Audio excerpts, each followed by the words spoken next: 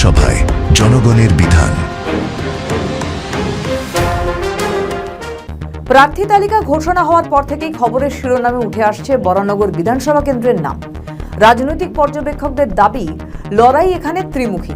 কিন্তু 2024 উপনির্বাচনে যে দুই প্রার্থী হাড্ডাহাড্ডির লড়াইয়ে সামিল হয়েছিলেন, এবার তারাই মূল প্রতিদ্বন্দ্বী। আসলে এই বিধানসভায় এবার তৃতীয় ফ্যাক্টর হিসেবে বাম প্রার্থী ভোট কাটাকুটির অঙ্কে সব হিসেব উল্টে দিতে পারেন, এমনটাই মনে করছেন বঙ্গের রাজনৈতিক মহল।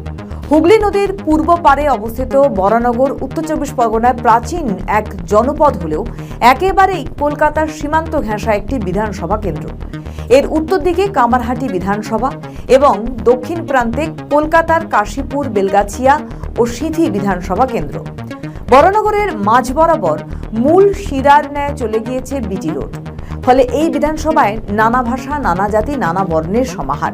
প্রসঙ্গত, বরানগর বিধানসভায় দীর্ঘদিনের বিধায়ক ছিলেন তাপস রায়, যিনি শাসক দলের অতি পরিচিত মুখ ছিলেন। কিন্তু 2024 লোকসভা নির্বাচনের আগে তিনি তৃণমূল ছেড়ে বিজেপিতে যোগ দিয়ে লোকসভায় লড়েন। ফলে এই আসনটি খালি হয়। উপনির্বাচনে তৃণমূলের প্রার্থী সায়ন্তিকা বন্দ্যোপাধ্যায় 8148 ভোটে হারিয়ে দিয়েছিলেন বিজেপি প্রার্থী সজল ঘোষকে। এবারও টলিউড তারকা সায়ন্তিকাকে প্রার্থী করেছে শাসক দল। অপরদিকে পদ্ম শিবিরে প্রার্থী সজল ঘোষ একদা কংগ্রেস নেতা হিসেবে পরিচিত ছিলেন। বর্তমানে তিনি বিজেপির দাপুটে নেতা। কিন্তু এই কেন্দ্রের তৃতীয় প্রার্থী হলেন তরুণ আইনজীবী সায়নদীপ মিত্র। তিনি সিপিএম এর কাস্তে হাতুড়ি চিহ্নে লড়ছেন। ওয়াকিবহাল মহলের মতে, গত উপনির্বাচনে সিপিএম এর প্রার্থী ছিলেন তন্ময় ভট্টাচার্য।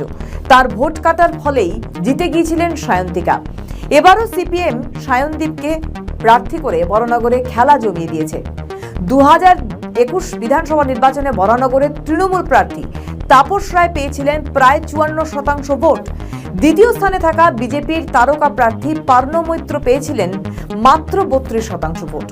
সেবার সিপিএম প্রার্থী না দিলেও জোটসঙ্গী কংগ্রেসের প্রার্থী পেয়েছিলেন মাত্র 12% ভোট। সেখানে উপনির্বাচনের সায়ন্তিকা পেয়েছিলেন মাত্র 43% ভোট, আর বিজেপির সজল ঘোষের ঝুলিতে গিয়েছিল 37% ভোট। সিপিএম এর তন্ময় ভট্টাচার্য কেটে নিয়েছিলেন প্রায় 16.5% ভোট। এই অঙ্ক নিয়ে চিন্তায় পদ্ম শিবির। এবার সায়নদীপ প্রার্থী হওয়ায় আরও লড়াই হবে এই বিধানসভায়, এমনটাই মনে করছেন রাজনৈতিক মহল। কিন্তু ভোটের প্রচার শুরু হতেই দেখা গেল যুযুধান শাসক ও বিরোধী দলের প্রার্থীদের নজিরবিহীন বাকযুদ্ধ।